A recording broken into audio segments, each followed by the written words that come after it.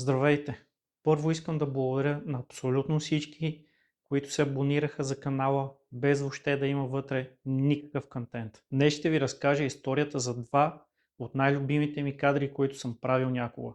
Този кадър е заснет през 2016 година, когато бях стажант във вестник Труд. По това време бях и студент по фотография. Това също така е и периода, в който активно снимах репортажи и стрит фотография.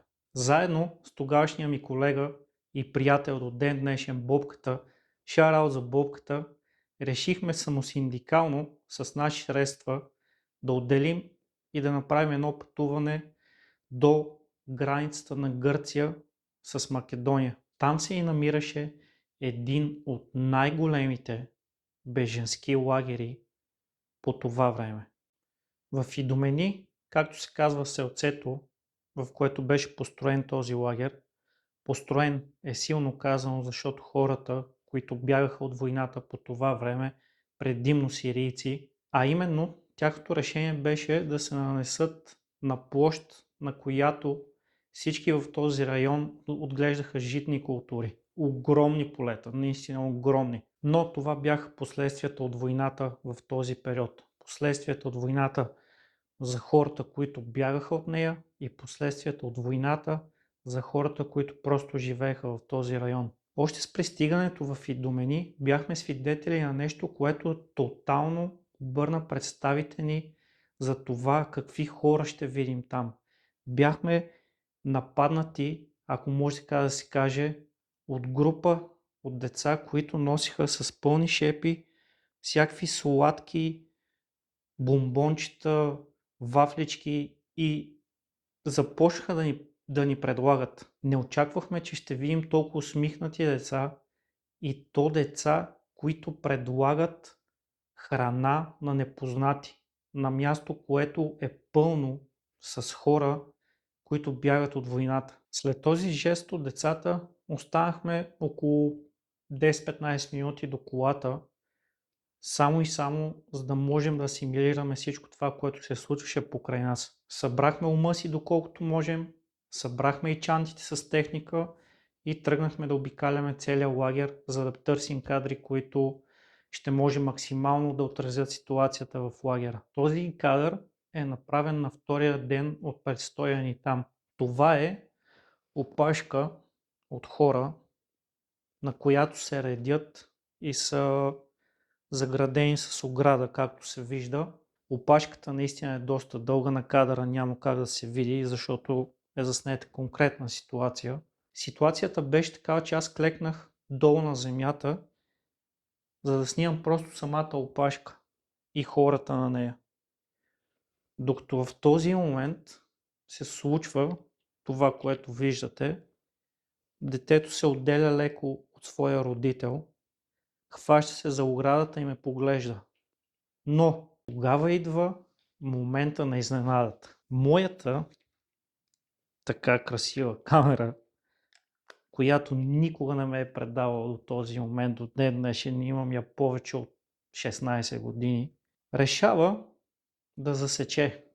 Това е аналогова камера. Всеки един човек, който снима аналогово, знае, че риска от засичане, осветяване на филма, скъсване на филма вътре в камерата и всякакви проблеми, свързани с механиката на тази техника, водят точно до такъв момент, в който бях изпаднал аз за този кадър. Ситуацията е следната.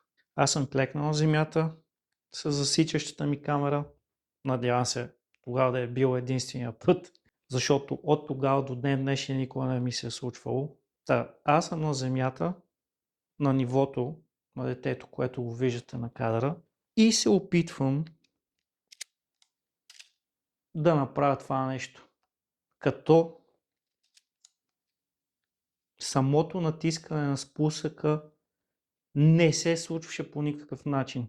Натисках, ръчках, пуках, щраках, какво ли направих, само и само. Естествено, тук говорим за 2-3 секунди. Всеки знае, че в тези ситуации в главите ни се проточват много повече, отколкото са реалните секунди. Единственото нещо в главата ми, което беше, е да се моля наистина да се моля това копче да проработи. Така се и случи, за което наистина съм много благодарен на тази стара техника и на моята упоритост и естествено на детето да не се откаже от този поглед точно в този момент да се обърне. Всичко можеше да се случи, можеше да се обърне майката или бащата, защото не се вижда точно кой е, да го дръпне и този кадър да не съществува. Другия кадър, за който ще разкажа малко по-подробно, също е направен на тази локация. Докато с Бобката обикаляхме лагера, който беше огромен, постоянно попадахме на какви ли не ситуации. Една от ситуациите, които се запечата силно в моето съзнание, както и предишната, беше тази. Това е едно семейство, поредното в този лагер, които бяха изправени пред предизвикателство да си построят, ако може така да се каже, своя временен дом, палатка, в тези полета от жито. Както може да видите, насякъде покрай всички палатки имаше каналчета, които са изкопани, за да може водата да се оттича. Ситуацията беше следната.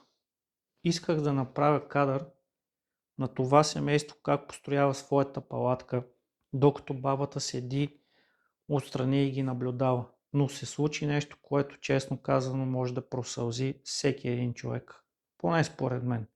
Детенцето, внучето на тази баба, то въобще не беше в кадър в тази ситуация при дигането на моята камера.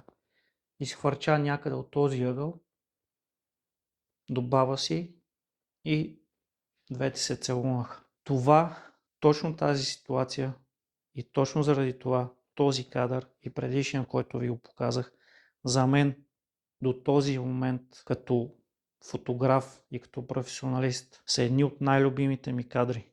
Не е и случайно, че тези кадри, които избрах да говоря в момента за тях, са свързани с войната.